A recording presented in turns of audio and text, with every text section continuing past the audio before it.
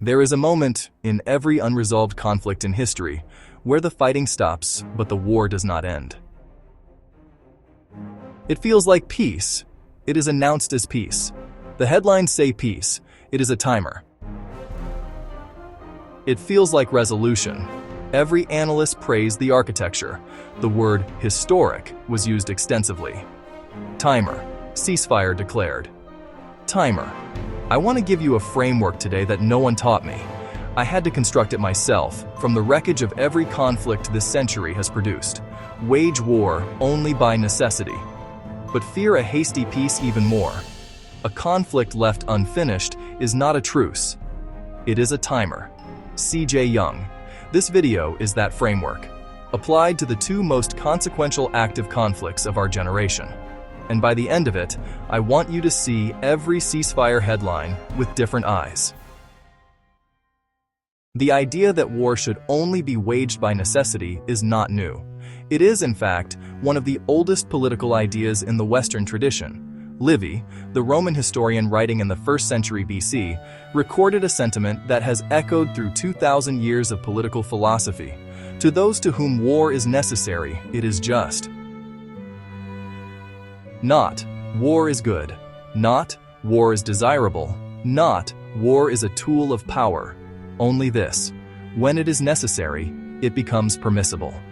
Machiavelli sharpened the point in 1532. War is just when it is necessary. Arms are permissible when there is no hope except in arms. Jimmy Carter, in the clearest modern articulation, said in his Nobel lecture in 2002, "War may sometimes be a necessary evil, but no matter how necessary, it is always an evil, never a good." Three voices, 2,000 years apart. One idea: war is justified only by necessity, and necessity creates a ceiling, not a floor. This is where the existing tradition stops. Every philosopher, every general, every statesman who has written about the ethics of war has focused on the entry point. Just cause, right intention, last resort, declared authority, proportionality. The entire moral architecture of war focuses on the beginning. When is it justified to start? And this is where I want to offer something new. Because the history of the 20th and 21st centuries is not primarily a history of wars started too easily, though that has happened. It is, more precisely, a history of wars ended too early. Wars concluded before the conditions that caused them were resolved. Peace treaties signed before the structural grievances were addressed. Ceasefires agreed to because the fighting was exhausting, not because the underlying cause was extinguished.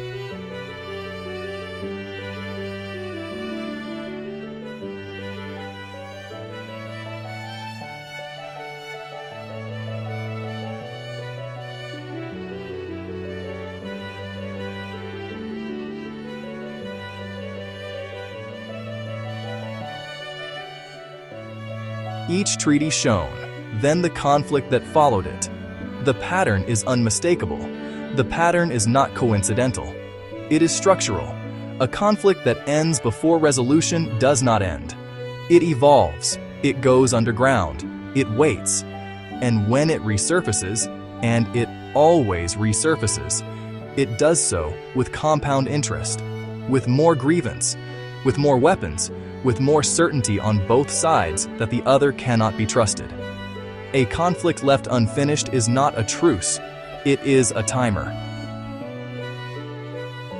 This is not an argument for endless war, it is an argument for honest peace.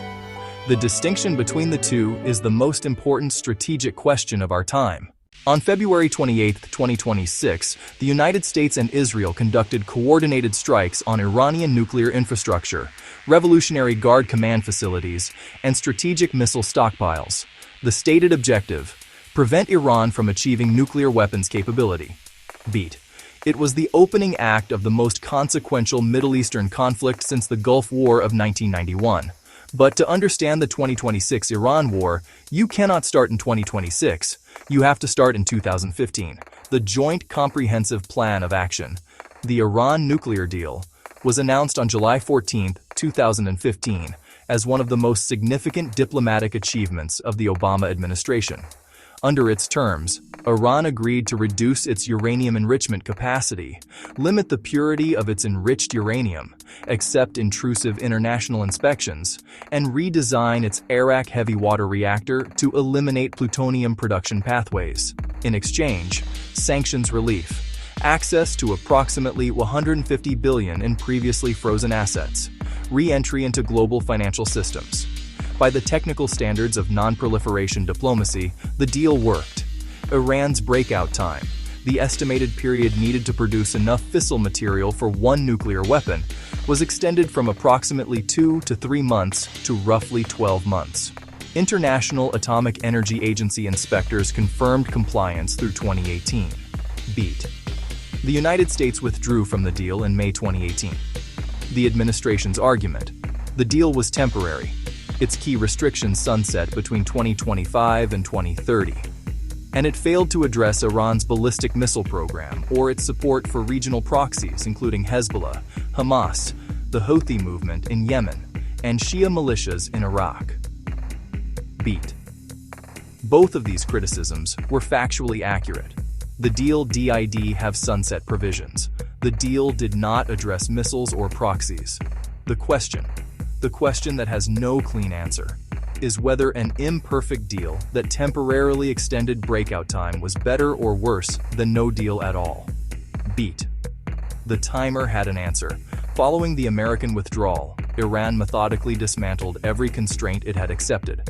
By 2019, enrichment levels raised beyond deal limits. By 2020, stockpile of enriched uranium well beyond permitted quantities. By 2021, advanced centrifuges installed at Fordow, the underground facility built inside a mountain specifically to survive airstrikes. By 2023, enrichment to 84%, one step below weapons grade. IAEA inspectors finding uranium traces at undisclosed sites.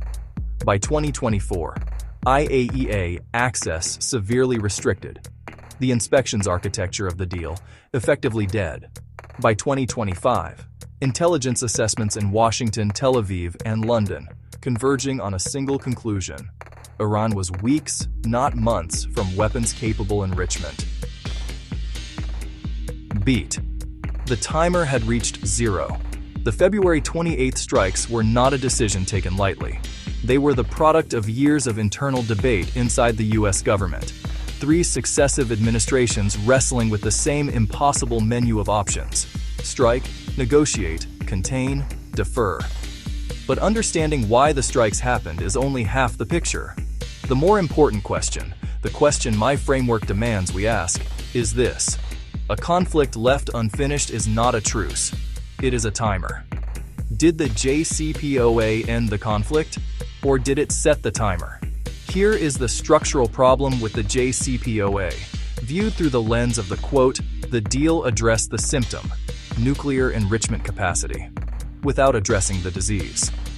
The disease was Iran's fundamental strategic calculation that nuclear weapons capability was the only guarantee of regime survival in a hostile regional environment. This calculation was not irrational.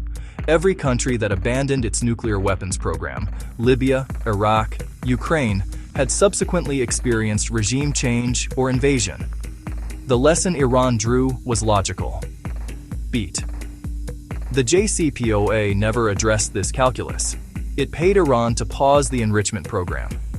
It did not change the underlying reason Iran wanted nuclear weapons. It extended the timeline without resolving the conflict. It was a premature peace, not a false peace. It was genuine, structured, and technically well-crafted, but premature, because the structural grievances on both sides were untouched. To understand the conflict fully, we must apply the framework from every angle. Let us start with the Iranian perspective, because the Iranian perspective is the one most consistently absent from Western analysis. Beat. From Tehran's vantage point, the 2026 strikes confirmed what the regime had argued for 40 years, that the United States and Israel intended not to contain Iran, but to destroy the Islamic Republic as a functioning state. Iran's historical memory includes the CIA coup of 1953 that removed a democratically elected government, American support for Saddam Hussein during the Iran-Iraq War of 1980-1988, including the supply of intelligence that helped Iraq use chemical weapons against Iranian forces, American sanctions that, whatever their stated purpose, caused measurable civilian suffering. Beat. Within this historical context, Iran's nuclear program was not simply a weapons acquisition effort. It was a sovereignty declaration, a statement that Iran would not be subject to forced regime change without consequence. The critical insight, the one that makes a premature peace even more dangerous for Iran than for its adversaries, is this: a partial nuclear deal that leaves Iran disarmed but still sanctioned, still regionally isolated, still facing an Israel armed with American weapons, is not a peace. It is a managed vulnerability. Iran's acceptance of the JCPOA was always contingent on the belief that sanctions relief would give the regime enough domestic legitimacy to survive without the deterrence of nuclear weapons. When the United States reimposed sanctions in 2018, while pocketing the nuclear concessions already made, the regime's internal logic flipped. The deal had proven that negotiated denuclearization led not to security, but to greater exposure. Beat. From Tehran's perspective, the hasty peace of 2015 was indeed more dangerous than the open conflict they had been managing for decades, because it gave up the deterrent without securing the guarantee. A timer, set against themselves. From the American and Israeli perspective, the 2026 strikes were the culmination of a decade of failed diplomacy. Proof that negotiations with the Islamic Republic could only delay, not prevent, nuclear weapons acquisition. This perspective also has structural logic. The North Korea comparison is the one that haunts every American diplomatic effort in the nuclear non-proliferation space. North Korea engaged in decades of negotiations, signed agreements, accepted aid, and used every diplomatic engagement as cover time to continue its weapons program. Today, North Korea has perhaps 50 nuclear weapons and the delivery systems to use them. Beat. The question Washington and Tel Aviv asked, correctly, was, is Iran North Korea? The answer, by 2025, was increasingly yes. What does the post-strike Iran look like? Destroying Iran's nuclear infrastructure addresses one half of the strategic problem. The other half, Iran's motivation to acquire nuclear weapons, is not addressed by airstrikes. It is intensified. Beat. A strike that does not change the regime, does not change the calculus. It resets the clock. And an Iran that rebuilds its nuclear program after surviving an American and Israeli military strike will do so with several new certainties. That negotiations cannot be trusted. That external guarantees are worthless. That only a nuclear weapon, successfully completed and deployed before the next strike, provides genuine security. The military solution to the timer, if it does not remove the regime's ability to reconstitute, is itself a timer. Beat. This is the paradox at the core of the Iran conflict. Every tool available to the United States and Israel, negotiation, sanctions, strikes, addresses a symptom. None of them addresses the structural calculation that drives the Iranian program. A conflict cannot be resolved by managing its symptoms. It can only be resolved at the level of the structural grievances that created it. That resolution, if it is possible, will require something neither side has yet been willing to offer the other: a genuine, irreversible security guarantee that changes the underlying calculation. Everything else is a timer.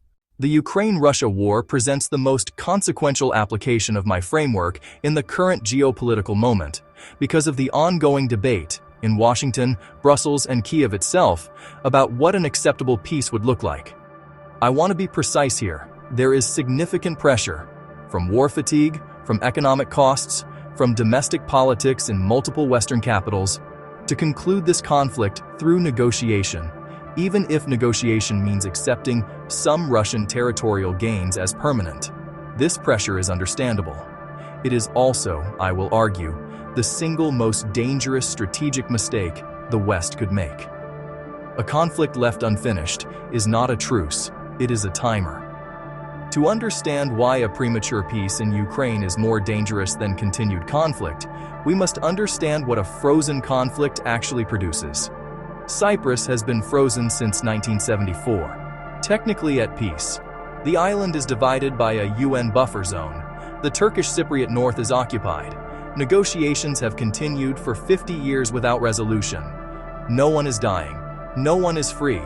Bosnia was resolved by the Dayton Accords in 1995. The shooting stopped. The structural conditions that produced the genocide, ethnic fragmentation, competing territorial claims, a political architecture built on ethnic separation rather than civic integration, were preserved in the peace agreement. Bosnia today is a state that functions through international intervention and would likely collapse without it. Korea. The Armistice of 1953 was not a peace treaty. It was a military ceasefire, a document acknowledging that neither side could win the war it was fighting. Technically, the Korean War has never ended. The United States maintains roughly 28,000 troops in South Korea. North Korea has, in the 70 years since the armistice, developed nuclear weapons. The frozen conflict produced a nuclear state. The timer ran for 70 years and produced a weapon. Now apply this pattern to Ukraine. A negotiated ceasefire that accepts Russian control of the territories occupied as of the ceasefire date would produce the following conditions. First, a Ukraine that retains sovereignty over perhaps 80% of its internationally recognized territory, but whose eastern and southern regions, including portions of 4 oblasts Russia has formally annexed, remain under occupation. Second, a Russia that has established, through military force and international acquiescence, that territorial aggression against a sovereign European country is achievable and sustainable. Third, a NATO alliance whose credibility has been tested and found, in the view of every potential future aggressor, to have limits. And fourth, most critically, an unresolved core dispute. The war in Ukraine was not fundamentally about the Donbass. The Donbass was the immediate cause. The structural cause was Russia's refusal to accept Ukraine's sovereign right to determine its own security arrangements, including the choice to seek NATO membership. That structural dispute, Russia's belief that it has a right to veto the sovereign choices of its neighbors, is not addressed by a ceasefire that freezes the front lines. A Russia that emerges from a ceasefire having gained territory, having suffered no irreversible strategic defeat, and having demonstrated that nuclear threats constrain Western responses, is a Russia with an incentive structure pointing directly at the next attack. Not because Russian leaders are uniquely aggressive, because the structural incentives of the frozen conflict reward the strategy that produced the conflict. From Ukraine's perspective, the framework of the premature peace is not abstract philosophy.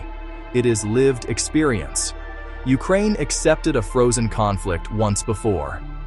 The Minsk Agreements of 2014 and 2015, negotiated under French and German auspices, were supposed to provide a pathway to political resolution of the Donbass conflict. They halted large-scale fighting. They did not address the structural dispute. From 2015 to 2022, 7 years, Ukraine accepted a frozen conflict under the belief that Western diplomatic guarantees would eventually produce a durable resolution. Instead, Russia used the 7 years to plan and prepare the largest ground offensive in Europe since World War II.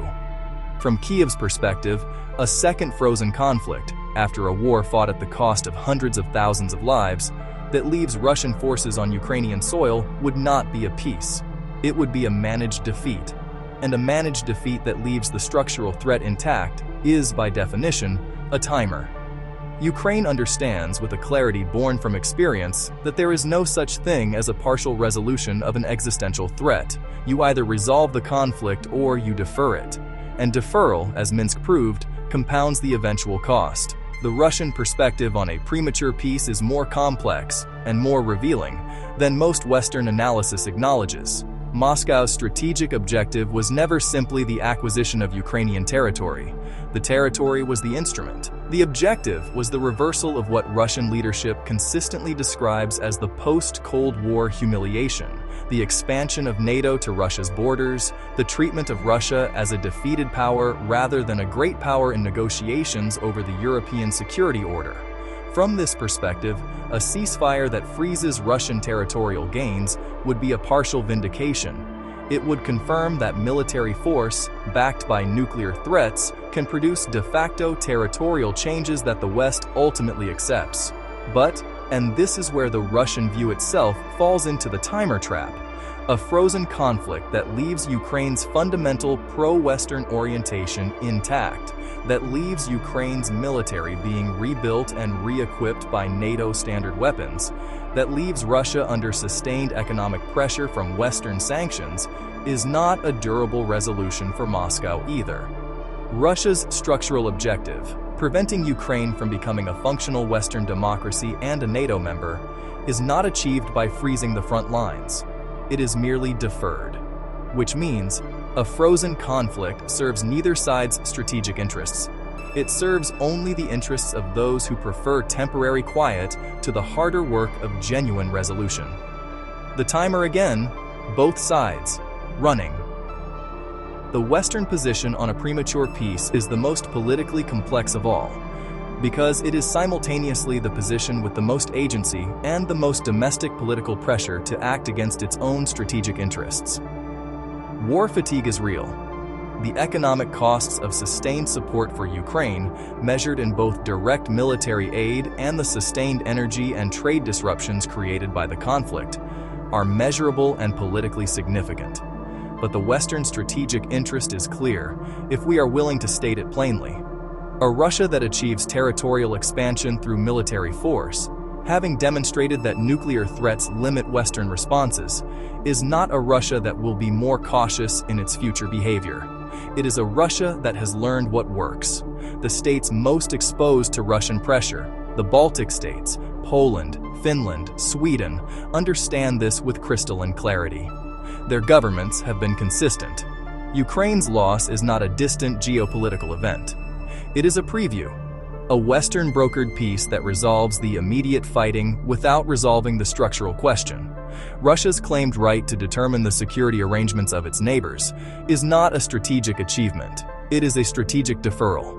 And deferral, as the Iran case also shows, produces timers. Having applied the framework to both conflicts, I want to offer a synthesis, because my argument is not simply a criticism of premature peace. It is an attempt to describe what genuine resolution requires, and why it is so much harder than ceasefire. Quadrant 1. High violence, low resolution, active war with no structural progress. Quadrant 2. Low violence, low resolution, frozen conflict, the timer. Quadrant 3. High violence, high resolution, total war concluded by structural transformation.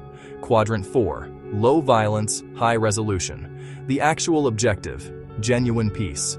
Most conflicts oscillate between Quadrant 1 and Quadrant 2. Active war, frozen conflict, active war, frozen conflict. The world's diplomatic energy focuses almost entirely on the transition from Quadrant 1 to Quadrant 2, stopping the shooting. This is understandable. People are dying. Stopping the shooting is urgent and necessary. But the transition that actually matters, the one that history consistently fails to achieve, is the transition from Quadrant 2 to Quadrant 4, from frozen to resolved. What does Quadrant 4 require? First, the structural grievances that cause the conflict must be addressed. Not managed, not deferred, addressed. For Iran, the underlying security calculus that drives the nuclear program must change. This requires either a genuine, credible security guarantee, one that Iran has reason to trust, which is currently the hardest thing imaginable, or a regime change that produces a government with a different strategic calculation. Neither is achievable through airstrikes alone. For Ukraine, the structural dispute about Russia's claimed right to veto Ukraine's sovereign choices must be resolved. This requires either a Russian strategic defeat, comprehensive enough to change the Russian government's calculus, or a new European security architecture that genuinely addresses Russian security concerns while unconditionally guaranteeing Ukrainian sovereignty. Neither currently exists. Second, the resolution must be verifiable and irreversible, not dependent on trust, but on structural architecture that makes betrayal costly beyond calculation. The JCPOA failed on this criterion. Its provisions were temporary. Its verification mechanisms were contested. It was, in structural terms, a handshake agreement between parties who did not trust each other and had no mechanism for enforcement. Genuine resolution requires hardware, treaty structures, international guarantees, institutional mechanisms that outlasts the goodwill of the negotiating parties. Third, both parties must emerge from the resolution with their core security needs met. Not satisfied, not victorious, but secure enough that resumption of conflict is more costly than maintenance of peace. This is the criterion most often sacrificed in the rush to stop the shooting. Germany after World War I, stripped of military capacity, economically devastated, nationally humiliated. Structural grievances unaddressed. Result, World War II. Germany after World War II. Occupied, rebuilt, integrated into Western institutions, given a genuine path back to great power status through cooperation rather than conquest. Structural position transformed. Result, 75 years of peace. The difference was not military victory. Both wars ended in German defeat. The difference was whether the post-war architecture addressed the structural conditions that had produced the conflict. This is what genuine peace requires. It is expensive. It is slow. It is politically difficult. It requires treating the adversary as a future partner rather than a permanent enemy, even while defeating them. It is the hardest thing in statecraft, and it is the only thing that stops the timer.